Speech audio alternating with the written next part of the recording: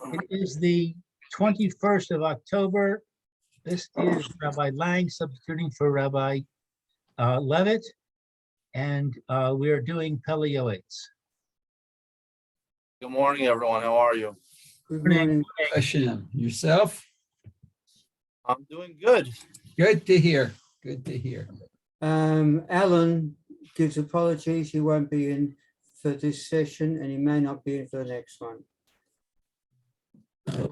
Hope he's okay. Yeah.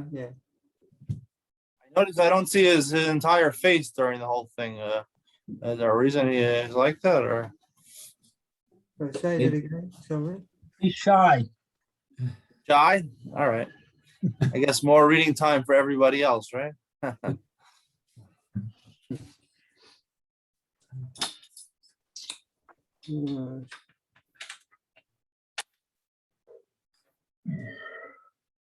How old is the rabbi that I'm replacing? He's older or he's a younger guy? He has a gray beard. Red beard. All right. I don't have any gray hair, so. I actually saw a couple weeks ago. I had one gray hair. In my hair. My first gray hair. So. Have you got a black marker? Huh? You got a black marker?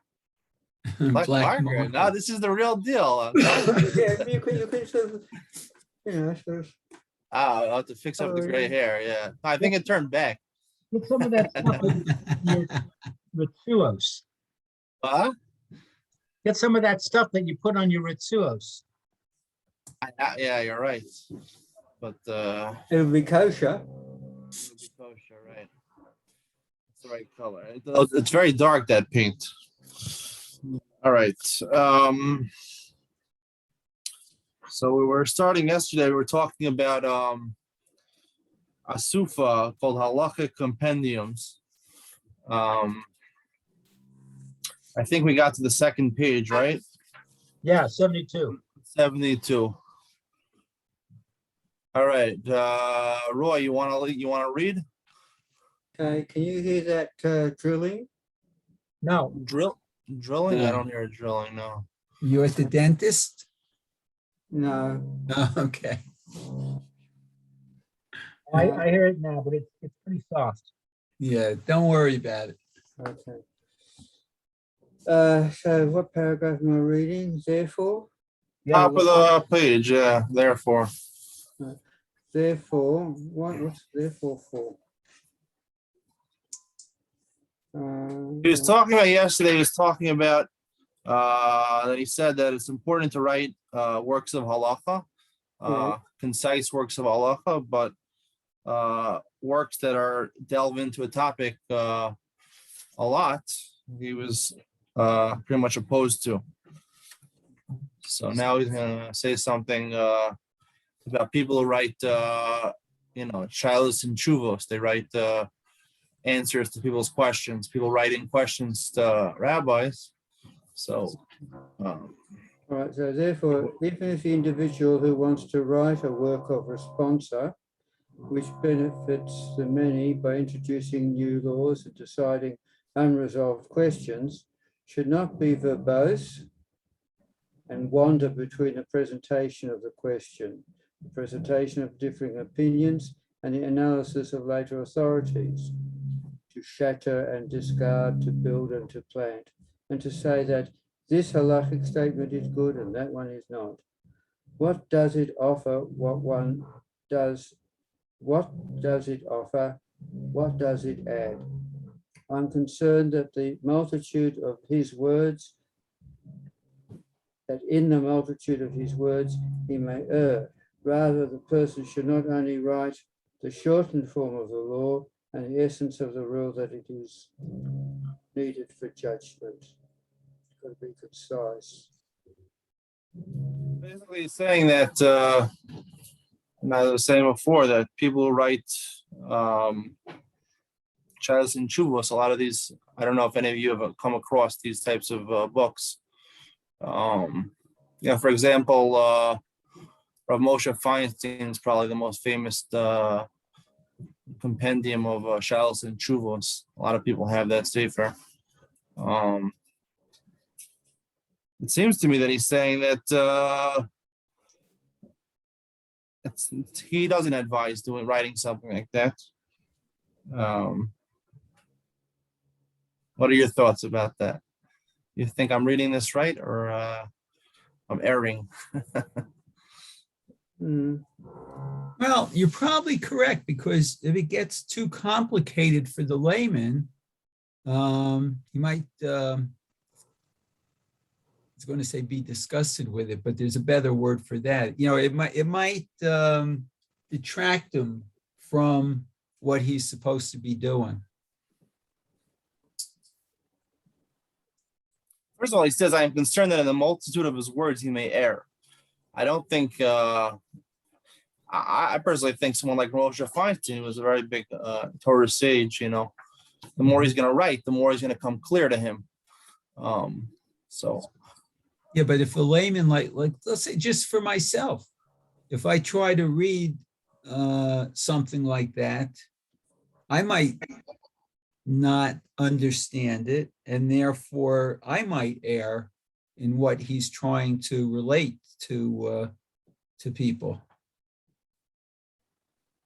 right. That's also true. I agree with you also. It seems that he's saying that about the author also, that he's going to make a mistake. Yeah, that's true too. Yeah, I agree. Yes.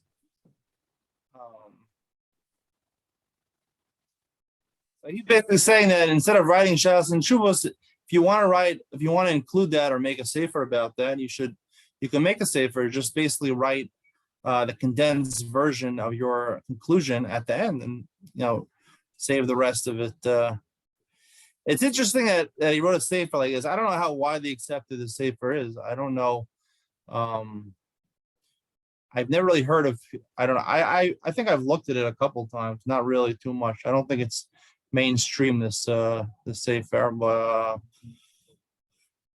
but he was a Sephardi rabbi also. This author, Eliezer Papo, he was a Sephardi.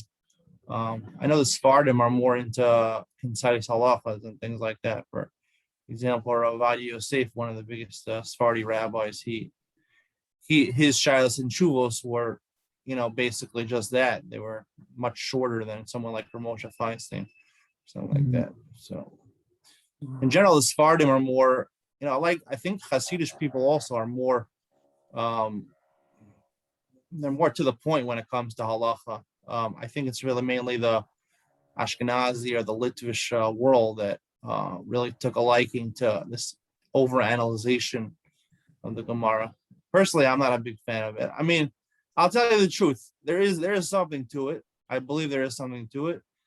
I was able to, if you give it enough time and you work on it enough time, you're able to develop a keen sense of thinking and, understanding the Gemara. You're able to ask questions on the Gemara, maybe give answers to them. So there is some value to it. It's just, some people do this for their whole lives. I think it's meant to be used as a skill. And a tshuva sefer like Rav Moshe, he delves into the topic. He's almost like, like a sefer that Rav Shach or something like that, or, one of the later sages, later Rabbanim would write, Svarim like the Brista, right, Soloveitchik or something like that. They would write more in depth. There is truth to that. I believe there is truth, and I gained a lot from it over years in yeshiva. But there's a point that you don't need it anymore, and it's sort of like a waste of time after a while. And I agree with him in terms of that. And there is value to it, but I would say maybe the time limit is like maybe 2 to 5 years. I would say you indulge yourself in learning like that, you're able to master whatever you're able to master. Some people have a better mind for it, some people don't. I know I had a Rebbe, you heard of Rav Yisrael Belsky. He's from his famous rabbi from America, passed away a number of years ago. He said at one point, he used to give a shiur on smicha. He said that he was never able to learn in depth. He never was able to analyze the Gemara and things like that. It just never came to him. Some people, everyone has different minds, different, things that they're better at and not so good at. And he he was better at remembering the halachas and giving up psak halacha and things like that. But he was never able. He even said, I'm saying he's such a big rabbi, one of the biggest rabbis in the generation. He said for him it was very difficult, and he spent years doing it. So if he spent years doing it, he wasn't successful. You know, there are people that are successful, but there has to be a time limit. I don't agree with the fact that a lot of people in yeshiva spend 20 years, 25 years doing this. I think it's a little overboard, in my opinion, but whatever. What are your opinions about that? How long did you guys did you spend in learning in yeshiva, or you never spend any time in yeshiva, or like learning full time, or not really? You just any of you spend time a certain time in yeshiva? No, I have Not not. really. You've been working. I didn't learn the alphabet until I was 30. 30, really? Wow. Okay. Interesting. Wow. So you've really advanced since then. Baruch Hashem. I would consider where you- myself to be learning full time now for the first time. Okay. Very nice. Where are you from, Lou? Where am I from? Yeah. From Santa Monica, near Los Angeles.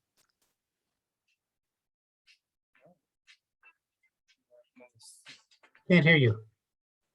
No, my phone was just ringing. I was showing it off. So you grew up conservative, or you're Nothing. nothing, Unaffiliated. unaffiliated? All I right. had no bar mitzvah ceremony when I was 13. Did you have it later on? When I was 33. I owe you a gift. Well, I was 33 a few years ago. Never say no to a gift, right? Oh, good point. All right, you want to continue, Lou? You want to continue? Likewise, if someone wants to write basic interpretations on Tanakh or sayings of the sages, which God has granted him, so that they are accessible to the many, he should not choose the path of wordiness. He must not shift from the presentation of homiletical interpretation of complex analysis to complex analysis. Rather, he should write short pieces corresponding to the verses of Tanakh or the Talmud, sweet words mixed together with moral exhortation and the fear of God. The moral lesson that is connected to a verse is sweeter than honey and will easily be remembered. As a result, his words will be read, remembered, and recited in the synagogues of Torah scholars and in the places of learning. He will provide merit to the many, and his soul will delight when his lips open and close in the grave. In my opinion, this is the right way to follow for those who want to write books. What does it mean, his lips will open and close in the grave? I believe you're referring to Gemara. The Gemara says in a couple of places that someone who writes a book, he writes a sefer, and someone quotes him after he passes away. The Gemara says, "Svasos dovos bekever." His lips move or chatter in the grave. That's what the Gemara says. I mean, I don't really fully understand what the Gemara means exactly, but I think that's what he's referring to. Lips will open and close in the grave. I think that's what the Gemara says. Is that a metaphor or is that literal? What do you think? What do I think? I think it's a metaphor. Okay, so what's the explanation of metaphor? He gets schar in Shamayim, Hashem gives him schar. He learns in Yeshiva Shalmala. I would say those are metaphors also. All right, so tell me the truth about the world. What happens after you die? I would say it's a metaphor that says that he is he is somehow his connection to his book is enhanced when this quote is made. In what sense? When it's connected? I don't know. Maybe he thinks about it. He remembers it. I mean, I don't know. I don't know what it's like. Mind continues to live on after death. Your mind. Right? Your soul Questions is we- your mind. Your soul. Well, they say that your seichel is your mind. Your neshama is kind of your life force. It's your soul, not your mind. There's a sefer written by the same author of Mesilas Yesharim. You heard of that sefer, Mesilas Yesharim? Path Yes. of the Just. Yes. He has a different sefer. It's called Derech Tvunos, I think it's called. I don't know how you translate it in English, but he basically, the way the sefer is written is that it's a dialogue between your seichel and your neshama, between your mind and your soul. They have a conversation. Mhm. It was a little too deep for me. I didn't really understand most of the sefer, but anyway, I just showing you that maybe it's a different thing. But it's a little scary, whatever. Life is scary, what happens after you die, hopefully we all got a Gan Eden, and you never know. I don't think it could be literal, because there comes a point when there won't be any lips at all in the grave. You're all sort of rotted away. So I think it's a way of saying that. I think, as you said, the neshama has a connection with, recognizes that the world has recognized it through the book, quoting the books. It's just There's a concept that I've heard people using, that people actually learn Torah in Shamayim, all yeshiva shalmala. So if the soul or the mind goes on in the afterlife, maybe that's what it means. It means that he's able to explain, or to continue to understand, or to explain better what he had written in the sefer. Though most I mean, they keep on talking. It's like the lips keep on moving. They keep on, he went to one level of explanation, and he's going a little deeper in Yeshiva Shalmala or something like that. That's an explanation I would try to offer, but that's what I would think. I don't know. I don't understand the Yeshiva Shalmala. I don't understand whatever it means. It means, we don't know what goes on after death, but what do you think, Mayor? I don't know if I have an opinion. It's a little beyond me. I'll tell you, an opinion doesn't have to be the truth. An opinion can be opinion doesn't have to be truthful, an opinion. What do you mean it doesn't have to be truthful? There's opinions about things we don't know about, or even if they're things we know about. I mean, that's what opinion is. It's the way you understand, you believe about something, and as long as it's legitimate, it can't be disproven 100%. So then It doesn't have to be correct. It doesn't have to be correct. No, that's the whole point of debate. I mean, that's the great thing about debate, is that people have two opinions. I think it's one of the gifts that God gave people, is the ability to form an opinion, have discussions with people like we're doing now. I think it's an enjoyable thing, and people enjoy talking, and and it's more fun to be around people that are opinionated, to have opinions. Some people are obnoxious and they'll never hear another person's opinion. But if you have an opinion, you listen to other people's opinions, it makes for a fun discussion, That's what I believe. It's one of the Aseres Hadibros, no? Anochi Hashem Elokecha. I'm joking. Yes. All right, Mayor, you want to continue reading? Okay, let me continue. However, the authors of halachic compendiums who gather concise and shortened laws together must be very careful not to engage in this work unless they are able to do it properly, lest some tragic error result thereby. I mean to say that they have many works of medieval and later scholars, and their eyes will master all of them through rigorous analysis. Nevertheless, they must not rely on the general principle that they derive from them, as there is room for a mistake, and they might err by recording the exact opposite of what is written in the book, in those books, as is sometimes found in compendiums of this type.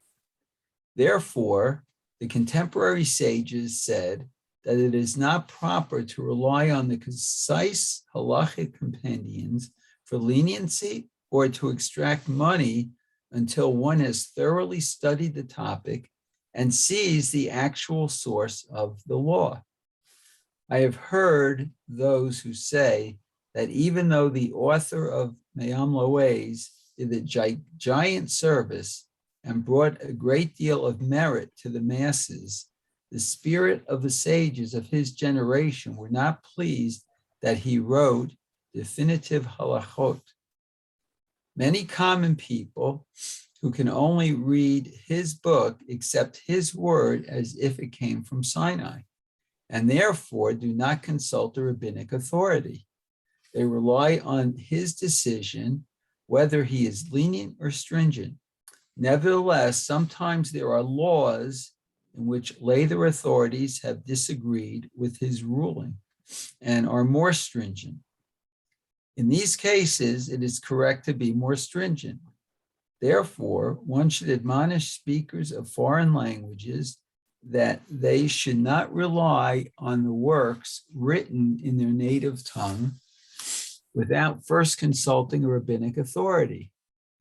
It is sufficient that these works make them aware of questions in order that they should go to ask a sage. I have a dream to write a book of concise halachot. However, I will only write that which is forbidden, and I will not mention that which is permitted, in order to avoid this kind of mistake. Wow. It is also fitting for authors of concise halachic compendiums to perform a complete public service and not to write about any given law. Look in this other book, since sometimes the person actually needs to know the other law, and he does not have the book that was referenced. This is analogous to bringing someone to a spring of fresh water and not allowing him to drink. Therefore, he must write what is written in the other book in order that the reader will be satisfied when he finds what his heart was searching for. Wow. You know, after reading that, you wonder if these books should even be written. What do you mean by that? What books should be read? The halachic books? Well, it seems like these compendiums might, how can I say,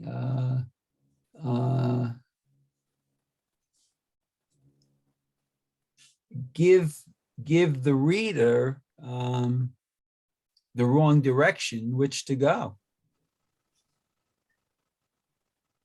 So, saying,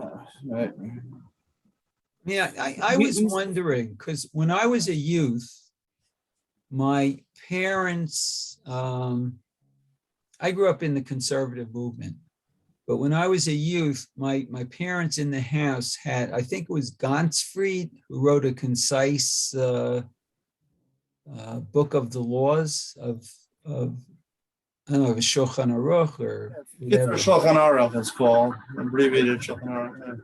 Okay, and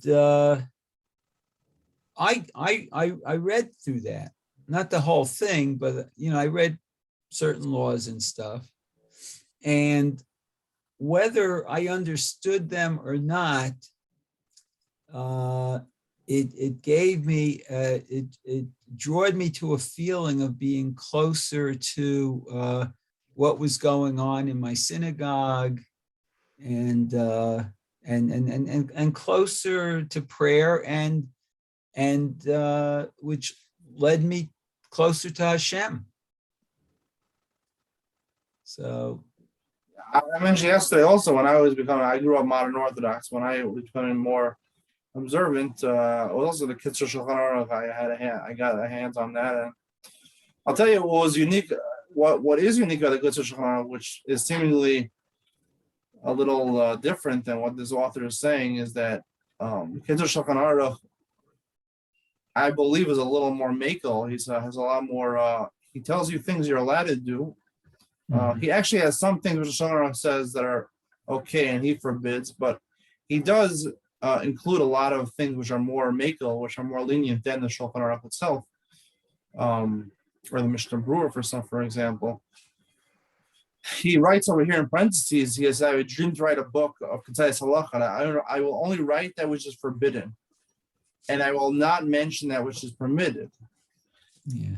I mean, it's very hard. I mean, Judaism, we know there's a lot of things that are forbidden in the Torah, and the more things that are forbidden, it makes your life more difficult. Imagine someone who doesn't know anything about Judaism, and then all of a sudden, I went through a phase like this also, where you start reading everything, and you immediately, your mind connects to these things you're not allowed to do, because it's like, oh, I'm not allowed to do that, I'm not allowed to do that, I'm not allowed to do that. And you don't realize that there are certain instances where you are allowed to do things, and it doesn't apply all the time. I remember I went through a phase where, because I didn't know all the halacha, I knew some of them, and I knew on general concept, you're not allowed to, squeeze things out on Shabbos, you're not allowed to do borer, you're not allowed to select things on Shabbos. You don't know how you're allowed to do it. Are you right that the person can go crazy? I'm telling you, it makes you crazy. You have to know, if you're going to tell me something that's forbidden, you have to tell me what I can do instead, or how it's permissible, because you can't live like that. It's not feasible to live like that. I was a single person at that, especially as a married person. It's almost impossible to live like that. And the Gemara says that we give more credence to makel view. The Gemara says a concept koach de tera adif, that if we have one reason to be machmir and one reason to be makel, we choose to be makel. There's different explanations of why that's so. Why is it that koach de tera adif? But the basic understanding, the way I understand it, is that Hashem, I believe that Hashem wants us to live normal lives. We're supposed to keep the Torah, and that's our uniqueness as Jewish people is to keep the Torah. We were given the Torah; the other nations weren't given the Torah, but Hashem does want us to live a normal life, a normal, healthy life, and that includes doing things that other people do, even if they're not Jewish. And if you tell me everything's usher, that means, you're living a very unnatural and abnormal life, and I think it's really against the spirit of the Torah. That's what I believe. And obviously this Torah, for whatever reason, it forbids certain things. And what you should know also, when it says asur, the word asur, which is forbidden, it means tied up. I think I've heard explanations that really Hashem really wants to monitor everything. It's just we don't understand how to monitor things nowadays. We're not smart enough. We're not wise enough. Hopefully when Mashiach comes, and if he comes, we'll be able to understand things. They're tied up doesn't mean that it means they're prohibited. It means that they're tied up for now. We can't access them. We can't understand them. We can't enjoy them in the way the Torah wants us to enjoy them. But I believe it's entirely possible that we'll be untied. We'll be out of jail. We'll leave. So that's sort of my personal belief. I find it very surprising they would write that. I would only write a book with, that would really, especially now, I don't know what it was 100 years ago in terms of people's mental health and things like that, but nowadays there's such more focus on mental health, and you see how many people, they say 1 in 5 people, have, difficulties with mental health, and they have to either take medication or, get help. These things can really make you crazy. They really, these halakhas, the person takes halakhas too seriously without the proper rabbi to guide him and tell him that it's okay and don't worry so much and don't do this too excessively. And if you make a mistake, it's okay. It happens. People make mistakes, because you can really take it overboard. And I know people that, are obsessive compulsive or, worse, so whatever. There's something to be said for that. He doesn't mention anything about that, but I don't know. That's it's my viewpoint about this. And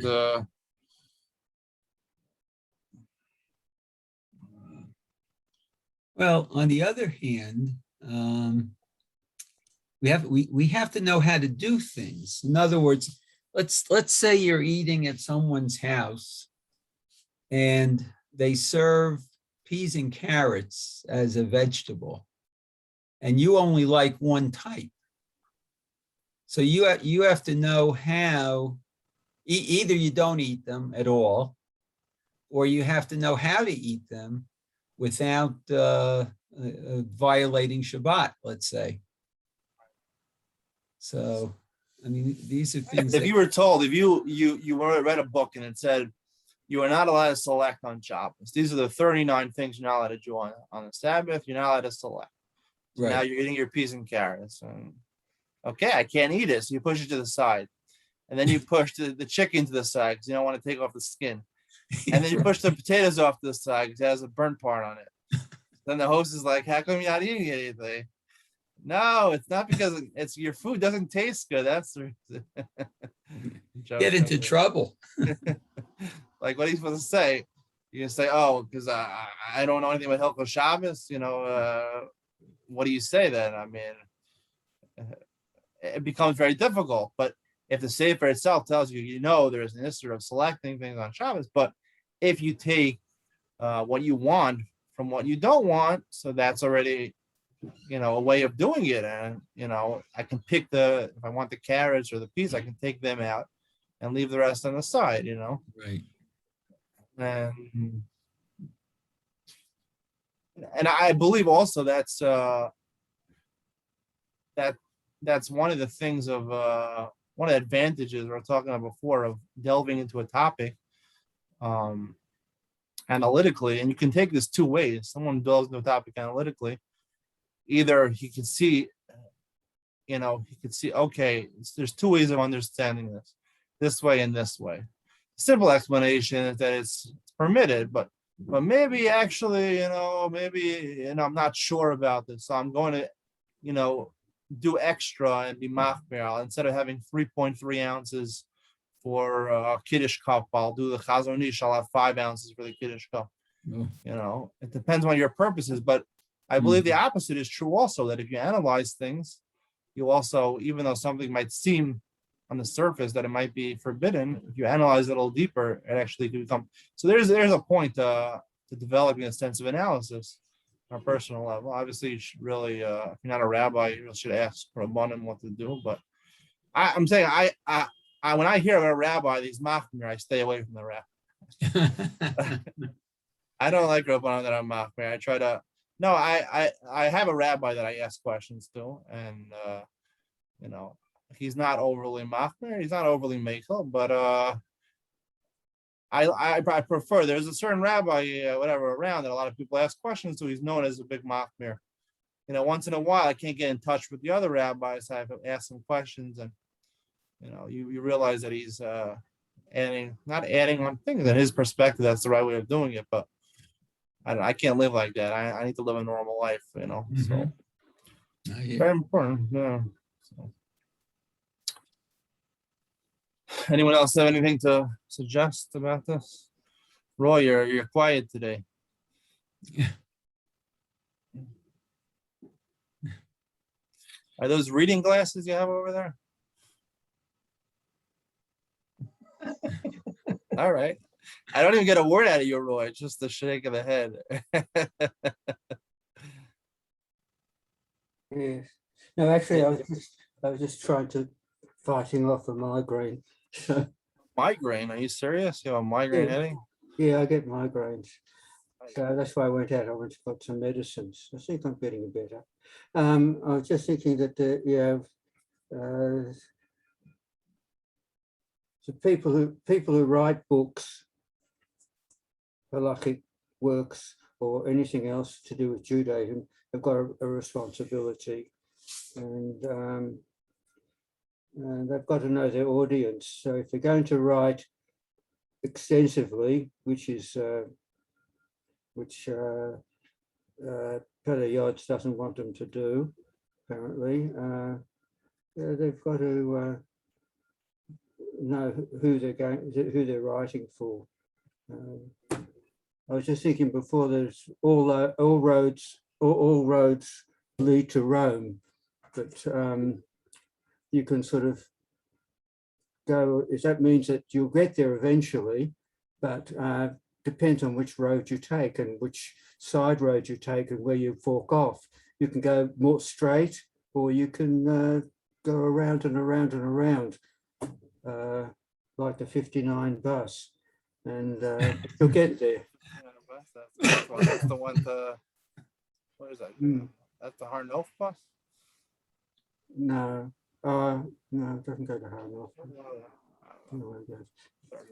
39, I'm familiar with Gula, 30, 31, 39, 55, and 59. Those in the 59 go to Harnof? 55? Yeah. See, I didn't mean to get off the topic. We know you like to keep the topic. Yeah. So, All right. So let's, so we'll go on to yes. to guess. Orchim, you want to start, Roy? No, I suppose that's a long one.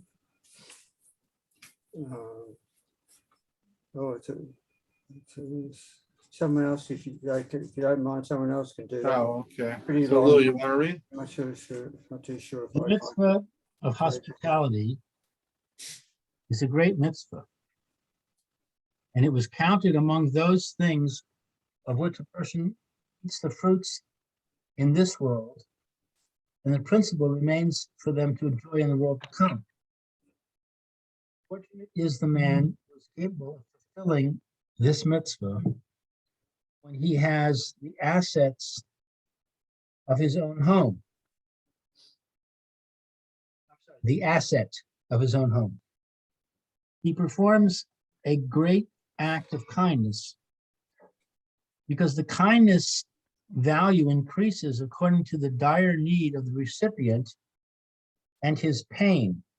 Behold, if a man comes to a city and he is so poor that he cannot afford a place to lodge, or it is beneath his dignity for him to stay in a hotel, or the city does not have a hotel, what can such a man do if no one lets him stay in his home? And he is like an outsider. To whom shall he turn for assistance? When one finds a man who is willing to gather him into his home, man will surely thrive. Therefore, it is considered a great mitzvah, and according to the greatness of the mitzvah, he will provide satisfaction to his maker and receive a reward. Consequently, the yoke of the guest should be light in his eyes. Let him bear the yoke, and he will not be diminished. Fortunate is the man who loves God. According to the abundance of his love, no effort or expenditure is too great when it gives pleasure to his maker. It has already been said in the introduction to Chavos Halavavos that included in the attribute of caution is not to be overcautious.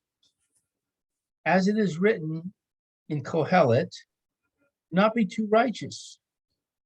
Therefore, a person must be careful in the matter written in the book of Ben Sirah. You should not bring every person into your home.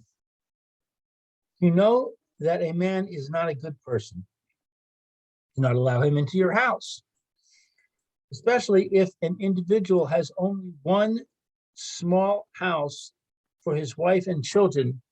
It is a sin to accept a guest into the house to sleep. Likewise, when a person receives a guest in his home, he must protect all of his belongings from him in order that he should not come to suspect him if anything in the house is missing. Our sages declared a person should suspect every man as if he is a thief and honor him as if he is Rabban Gamliel. Avot de Rebbe Natan relates an incident with Rebbe Yehoshua, who received a guest. He fed him, gave him drink, escorted him to the attic to sleep, and then removed the ladder from its place. In the middle of the night, the guest got up and stole everything that was in the attic. When he attempted to come down, he fell and broke his leg. Rabbi Yehoshua said to him, our sages anticipated the likes of you and said, a person should suspect every man as if he is a thief. It is better, whenever possible, that the wife of the host should not leave the house because of the guest, especially when she is dressed up. It incites the evil inclination within him, and perhaps he will not be saved from inappropriate thoughts. Moreover, there is additional damage when the wife is driven out of the house by the guest and does not sit at the dining room table with her husband. In that, hosting the guest will become an extreme burden, and they will be impatient for the moment he departs. The guest will also cringe and think, how is it that because of me, the wife of the host is barred from the home of her pleasure, i.e. eating with her husband? Therefore, every wise man must act with ingenuity and choose the upright path in accord with the nature of his guest. That which is right in his eyes he must do. So I don't understand this one sentence here. It is better, whenever possible, that the wife of the host should not leave the house because of the guest, especially when she is dressed up. I don't get that. What does being dressed up has to do with anything? Talking about inviting someone for Shabbos or something like that, where you dressed up nicely and then the wife goes outside and people are attracted to her. Brings people to having proper thoughts. I don't know. I guess he's saying in general, a woman shouldn't go out of the house unless she looks like a shlum. Right.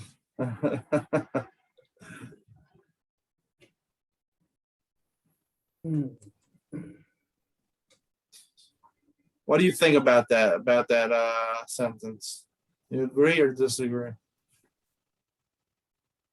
I disagree. The wife wants to go outside. What's the problem? I agree with you. And what does it have to A do woman who with? goes out of the house, she should dress nicely for her own self-esteem. A person, whether you're a man or a woman, you should dress nicely. I think it's a nice thing to dress nicely. It helps your self-esteem, it makes you feel good. Not for other people, for yourself. I mean, it makes you feel good and that other people see you looking your best. Mhm. You don't have to wear a tailored suit every day when you leave the house, but a bespoke suit, but at least put on a nice shirt, nice pants, nice shoes for a man or for a woman. I don't know. We're talking here about 200 years ago. This was written 200 years ago, Yes. right? So there's probably a difference between the society then and now. I don't know if what he's writing now would apply 100% to our society. Probably in our society, nobody should go out. You really mean that? Nobody should go ahead. Even men. Anybody. We'll Yeah. stay in our house because we have Zoom and they have the coronavirus. Once you have Zoom, you don't have to leave the house anymore, right? Mhm. Anyway. No, listen, Roy, I mean, even if society was different then, I mean, you know, I think the same Yetzer Hara and the same attraction between man and woman existed then as it exists now. This is human nature, but I don't know. There's a general concept. I mean, it's really has nothing to do with guests, but I like talking about it more. It's more interesting than having guests over. This topic about women going out dressed up. They say common thing, the common hashkafa I've heard, at least in the Haredi world, is that a woman should dress nicely for her husband in the house, and when she goes outside, she should not dress up. She should not put on makeup. She should not look nice. Shouldn't wear a sheitel. I don't know, maybe wear something else to cover her head. I don't know, but I don't know. I disagree with that. I don't know. I feel, of course, you should dress up nicely for your husband, but I think you should dress up nice when you go on the street. Listen, there's so many people in this world that, you know, if you don't dress up nice, someone else is going to dress up nice. You have to worry that what someone else is going to think about you. You know, you look attractive. There's other ladies that are attractive also. You want the whole world. You want to control their whole world. That they shouldn't leave the house dressed up, and they should wearing like I don't know, like sackcloth. I mean, come on. We're people, and this is the way God wants it. He wants people to go out in the street, dress nicely, and act civilized. I don't know. That's my perspective. I think actually, I think we should. I don't know if Robert Lifkovich just joined us. I'm not too sure if he knows what's going on. Robert, Rabbi Levitt is unable to be with us for a little while, and so we've got Rabbi. What's your surname? Lang. Lang. Rabbi Lang is taking over for a bit. Thank you. Yeah, I can't see a picture of you, Robert. No, he doesn't have a picture very often. Oh, he doesn't have a picture. Okay. It's 4 o'clock in the morning. Oh, we have a USA guy over. He's Yeah. from America. 4 o'clock in the morning. How'd you wake up at 4 o'clock in the morning? Don't You guys- sleep. You don't sleep at night. Okay, that makes sense. I'm going to America next week, so maybe I'll tune into the 4 o'clock. I'm dead asleep at 4 o'clock in the morning. But, where are you from in America, Robert? Florida. Florida? Miami? Miami? Okay, you didn't hear me. Okay, so anyone else have anything to say about this paragraph? Robert, we were talking about having guests over. Basically, what the author was saying is that it's a great thing to have guests, but at the same time, you should be careful not to let thieves into your home, and you should also make sure to not throw your wife out of the house when the guests are there, and you should embrace the mitzvah, but at the same time you should be cautious, because when you let people in their house, you don't really know them so well. So That's what we're learning from. Thank you. Mhm. Thank you. anyone else have something to comment about the previous paragraph?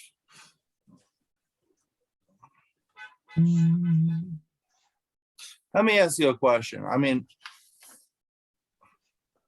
it's hard for most of you to relate to this because I had different past couple of years than most of you, but when I was single, a lot of times people would invite me, I was in yeshiva or things like that. And, a lot of times the yeshivas didn't have food on Shabbos. one yeshiva I was in, they never had food on Shabbos. Other yeshivas, they had sometimes, sometimes not. So what do? You're living in Israel. I'm not living near my parents, so I was invited to people's houses, or sometimes I invited myself to their houses. And it's actually become quite the norm. It's called like they have books written about this, like your Shabbos table. What is your Shabbos table like?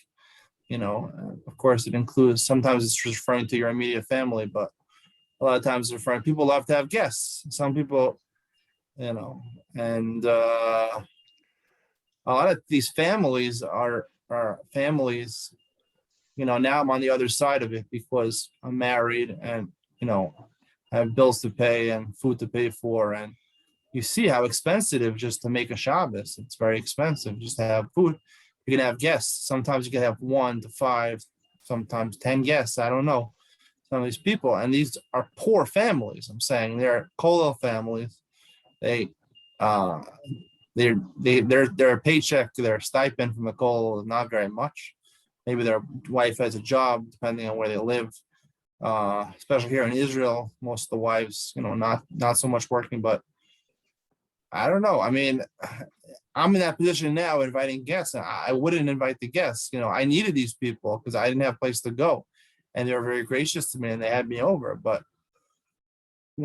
I feel bad for the families now in retrospect, knowing how much it costs to make a Shabbos and how little money they really had, and they were inviting over, or sometimes I invited myself, and they said yes. I feel bad that I asked people, and I don't know, the dynamic seems a little off to me. I mean, what are you going to do? It's a problem because a lot of these people in yeshiva, they have nowhere really to go, especially if it's not where near their parents' house.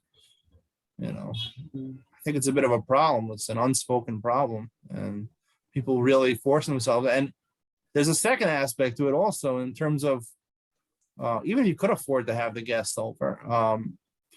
One of the main times that a husband really has time to spend with his wife and his family is during the Shabbos. He's busy during the week. Maybe he gets to eat dinner or spend some other time with his wife. But, it's one of the times that when you have guests over, the focus shifts from, the husband to his wife or the husband to his kids, from the husband to the guests. You have to entertain the guests, Some people actually enjoy it indirectly because maybe they have a very poor relationship, the husband and wife, and they have not much connection, and it brings entertainment to the table to have other people there with different personalities. But on the whole, I think it's a bad thing. I don't know. I mean, I think it's a problem. I don't know. What are your feelings about this?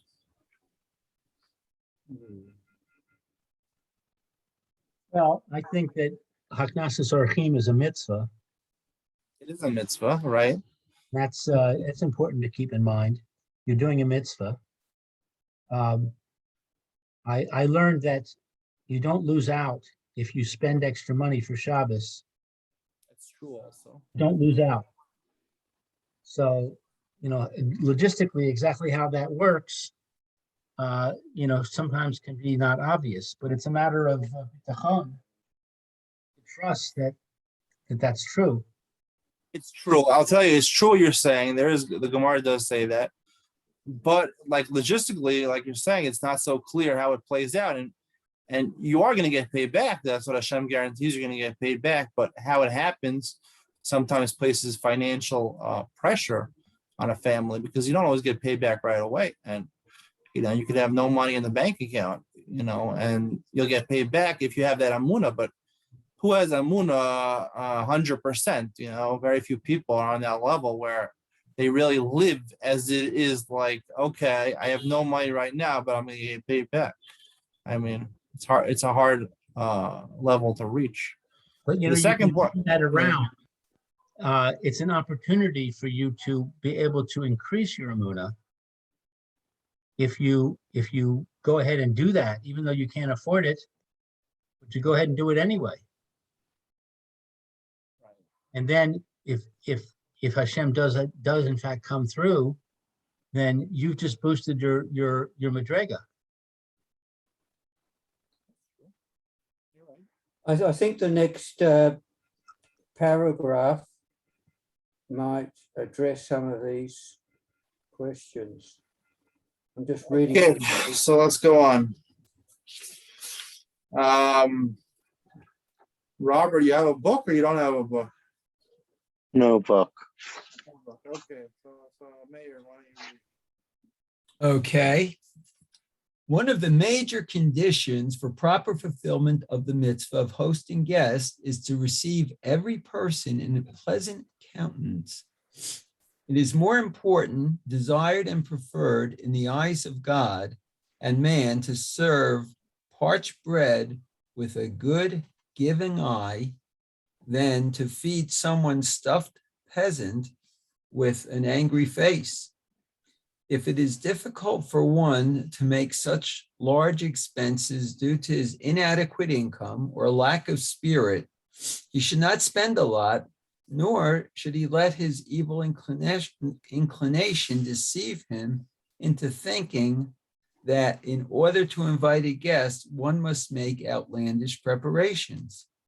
Some women who are very miserly towards guests say to their husbands that everything that is in the house is insufficient to entertain a guest properly, and compel their husbands to increase the stock of all foodstuffs in the house. They say that it is wrong to honor guests at the expense of embarrassment. As a result, they refrain from inviting any guests at all. This is surely the advice of the evil inclination, to prevent the performance of this great mitzvah and the good which would accrue to the host. Therefore, it is difficult for him to make a major expense.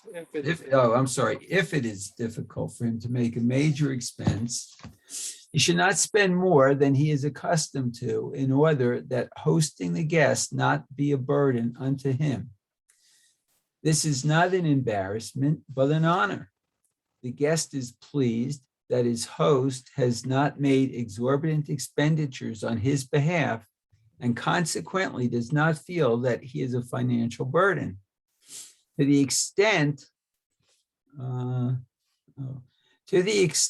that he sees the host making excessive purchases, he cringes when he thinks how much effort his host is making to please him, and is worried that in the end he will be a burden.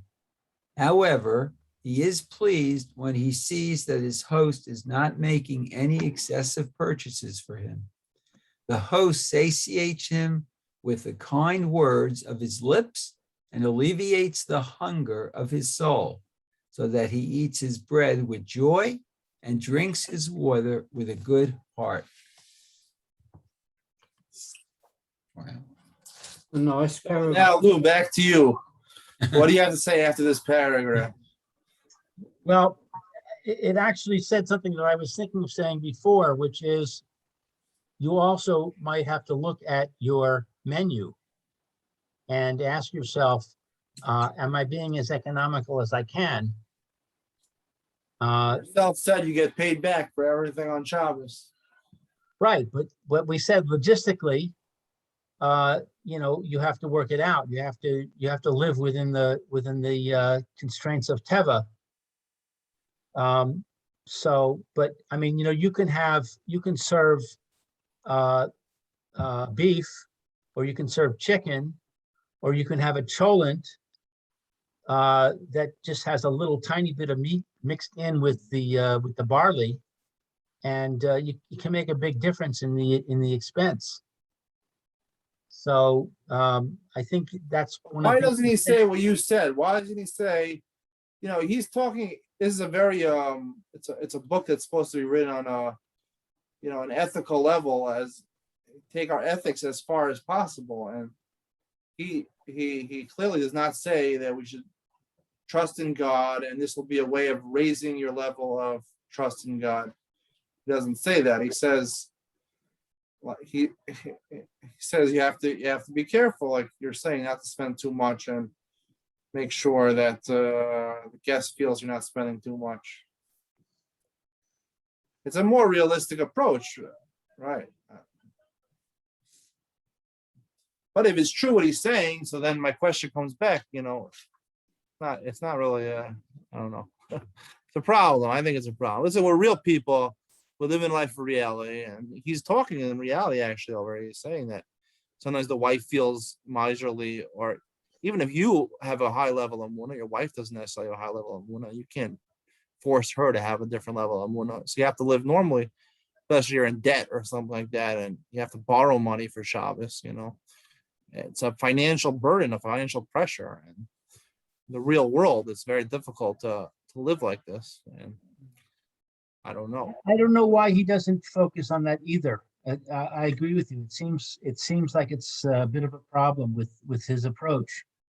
But it's interesting that you mentioned your wife's Amuna level, because I'm in another shir with Rabbi Baum, Rabbi Yehuda Baum. I don't know if you know him, but he said yesterday specifically that he was learning about Sarah Imenu, when she laughs, and why is it that Hashem is chastising Abraham? And he said, because if there's a lack of amuna in the wife, it's the husband's fault. He said, if you have amuna, if you live amuna, not that you lecture, you say to your wife, you have to have amuna. But if you live as a person with amuna and bitachon, your wife will see that, and she will have the same level of amuna and bitachon as you do. So, I think that to a certain extent, it is, like I said, it's an opportunity. The Haknasas Orachim is an opportunity for a person to develop their madrega. There's truth to what you're saying. I agree partially. Can't hear you. I said there is truth to what you're saying, and I said I agree partially with what you're saying. The other point that I mentioned, just to think about it, I guess we have to end the share now, but the constraint on the relationship between you and your family, I think that is something else to be taken into account. If you want to have guests, it is a mitzvah to have guests, but don't have guests every week. Have it once a month, once every couple of months. Doesn't say you have to do this mitzvah all the time. It's a mitzvah to be cherished, but I wouldn't say all the time. Some people just have guests all the time. I don't know. Whatever. Anyway, Okay. I guess we'll conclude this portion of the share right now. And whoever wants to come back, have a good day. Hey, Enjoy your have a good day. everyone. Thank you. Thank you. Bye now. See you later. Okay, so we'll be back at quarter of. Enjoy your break. Get some good Okay. coffee. Till quarter of.